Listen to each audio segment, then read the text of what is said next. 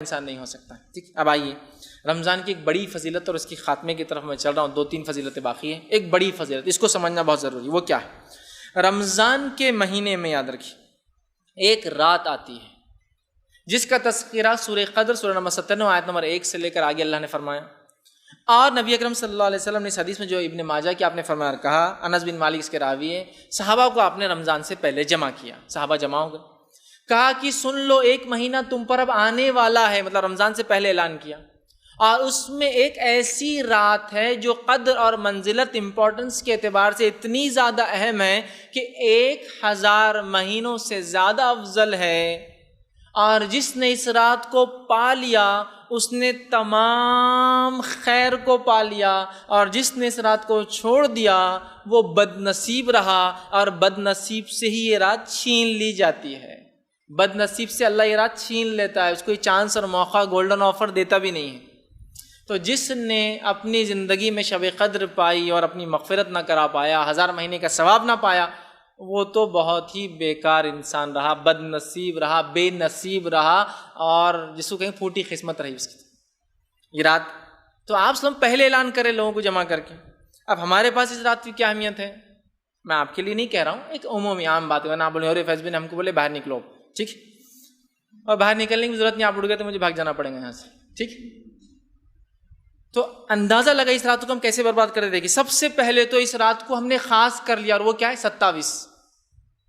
نبی اکرم صلی اللہ علیہ وسلم نے جب آپ کو یہ رات کی تاریخ بتائی گئی تھی اور پھر بھلا دی گئی، 2 لوگ لڑ رہے تھے، آپ نے جھگڑا چھڑایا اور کہا مجھے یہ شب قدر کی ڈیٹ دی گئی تھی، تمہارے جھگڑے نے بھلا دیا. صحابہ نے کہا اب کیا کرنا ہے؟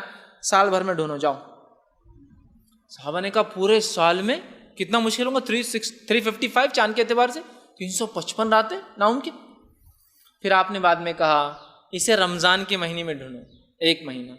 پھر ایک اور روایت میں کہا اسے آخری عشرے میں تلاش کرو، اور آخری روایت جو ماں عائشہ فرماتی ہے، آپ نے فرمایا آخری عشرے کی طاق راتوں میں تلاش کرو. Odd nights, 21st 23rd 25th 27th 29th 21 23 25 27 29. ہمارے پاس کیا ہوتا ہے؟ 27. تو میں کبھی کبھار کہتا ہوں طنز کے طور پر، شاید نعوذ باللہ جبرائیل علیہ السلام نے آ کر انڈینس لوگوں کو سہولت دے دی، بھائی تم لوگ چکر میں مت جاگنے کی، 27 آپ کے لیے. ماں عائشہ کہہ رہی ہے ہم جو ہے آخری عشرہ جاگ کر ڈھونڈتے تھے اور ہم کو 27 فکس مل گئی. تو پہلے تو 27 بناتے، جبکہ 5 میں سے کوئی ایک ہے. 27 کو بھی کیسے بناتے؟ اللہ رحم کرے. اب کیا بولوں، کپڑے اسی دن خرید لیں گے نا، رات بھر جاگنا تو ہے. مینا بازار بند ہو گیا، اچھا ہوا، ورنہ لوگ گھومنے جاتے تھے اس میں. لیکن ابھی بھی مسئلہ وہی ہے کہ چلو کپڑے لے لیں گے، مغرب کے بعد افطار کر کے پھر عشاء کر کے کھانا کھا کے شاپنگ واپنگ کرتے ہوئے پھر سحر کرتے ہوئے، اچھے ریسٹورینٹس کھل چکے ہیں اورنگ آباد میں، سحر کرتے ہوئے گھر آ جائیں گے. یہ منائی جا رہی ہے. کچھ جگہ یہ رات کو اس طرح منایا جا رہا ہے کہ سب لوگ مل کر گپ شپ کر رہے ہیں یا وہ مسالہ تیار کر رہے ہیں. ماشاء اللہ عید آ رہی ہے نا، تو فضیلت تو مسالہ کاٹنے کی اس رات ہے نا، تو مسالہ بنایا جا رہا ہے، تلن ہو رہی ہے، بیٹھے ہیں. کچھ لوگ یہ ہیں کہ گپ شپ میں گزار رہے ہیں، آؤ سہیلی مل بیٹھ کر بیٹھے بات چیت کریں. رات جاگنا ہے، واٹس ایپ بھی ماشاءاللہ ہے، فیس بک تھوڑی دیر یہ بھی یوز کر لیں گے، فلاں رات جا رہی ہے. یہ رات کو ایسے ضائع کرتے ہیں. اچھا کچھ لوگ جو اہمیت کو سمجھتے ہیں 5 میں سے 5 راتیں کون جاگیں گا، کتنا لمبا ہوتا ہے نا، 5 nights. اوہو. لیکن اگر انہی سے پوچھا جائے کہ آپ کی آنکھیں آج بہت لال دکھ رہی، کیا بات ہے؟ گھر میں شادی ہے، 15 دن سے نہیں سوئی میں، 15 دن رجگے سانچا ہلدی مہندی، راتوں کو جاگ کے میں نکالوں. ارے ماشاءاللہ شادی ہے نا، ضروری ہے، اس لیے آپ جاگ رہے. فضائل ہوں گے اس کے 1000، شاید ہر رات 1000 مہینے کا ثواب ملیں گا، اس کے لیے 10 دن جاگ رہے ہیں. کوئی گھر میں بیمار ہو جائے تو مہینہ بیمار کی لیے ہم گزار دیتے ہیں. لیکن یہ ثواب پتہ نہیں کیوں ہم کو معلوم نہیں ہو رہا. مطلب کیا ہو گیا؟ ایک خزانہ ہم کو فری مل گیا تو وہ اس کی اہمیت نہیں سمجھ میں آ رہی. جو کماتا ہے کسی چیز کو تو اس کو تکلیف محسوس ہوتی ہے، فری دے دیا گیا تو محسوس بھی نہیں ہوتی. 1000 مہینے کو آپ کیلکولیشن کیجئے، 83.4 ایئرس کا ثواب صرف ایک رات میں. اگر 10 راتیں ایسی مجھے مل گئی، اور ہر بالغ انسان کو 20 سال کا اگر ہو جائے تو 10 راتیں مل جاتی ہیں. 10 سال کی عمر میں بالغ ہوا تو 11ویں سال سے لے کر 20ویں سال تک 10 راتیں، 10 راتوں کو ملٹیپلائی کیجئے. اب 83.4 سے کتنا ہوتا ہے؟ 830 سال سے اوپر چلا. اتنی زندگی ملے گی کہ مجھے اور آپ کو؟ سمپل، نہیں ملیں گی نا، بس فائدہ اٹھائے. اور اگر کسی انسان کو 20 راتیں مل گئی تو 30 سال کی زندگی پایا، تو 1600 سال کی عبادت. اب ملٹیپلائی کرتے جائیے آپ اس کو. اتنی زندگیاں نہیں ملیں گی مجھے اور آپ کو. اٹھائیے اس رات کو، پلان کیجئے، پری پلان تیاری کے ساتھ. رمضان آ گیا، پلاننگ کیا ہے ہماری؟ پلاننگ یہ ہے کہ 5 راتیں جاگنا ہے، اللہ کی عبادت کرنا ہے، تلاوت قرآن، قیام اللیل، رات کی نماز، تہجد پڑھیں گے، اہتمام ذکر اور اذکار کریں گے. پلاننگ کرنا ہے ہم کو اس کی. لیکن ہم لوگ پلاننگ نہیں کرتے ہیں. پول بنائیے کہ بھائی گھر میں سحر کا انتظام کرنا ہے، آپ لوگ لڑکیاں ہیں، عورتیں، تو آپ کے پیچھے ذمہ ہے، تو پول بنائیے کہ کچھ لوگ عورتیں یہ ذمہ کریں گے ایک رات 21 کو تم کرو، 23 کو ہم کریں گے، 25 کو تمہارا، اور پول کر کے کچھ نہ کچھ ایڈجسٹمنٹ آگے پیچھے کرنا ہے. اس لیے کہ یاد رکھیے کبھی زندگی میں ایسا آپ کو موقع نہیں ملے گا کہ پورا رمضان خالی ہے، یہ فل عبادت کریں، ہو ہی نہیں سکتا. اور یہ بات بھی آپ جانتے ہوں گے جو لوگ مینجمنٹ سے تعلق رکھتے ہیں کہ جتنے کام جلد بازی میں، مطلب جس کو کہیں گے بہت کم وقت، جلد بازی نہیں، بہت کم وقت میں اور کم سہولتوں میں ہوتے ہیں، اتنے کام بہت زیادہ وقت اور بڑی سہولتوں میں بھی کبھی کبھار نہیں ہوتے ہیں.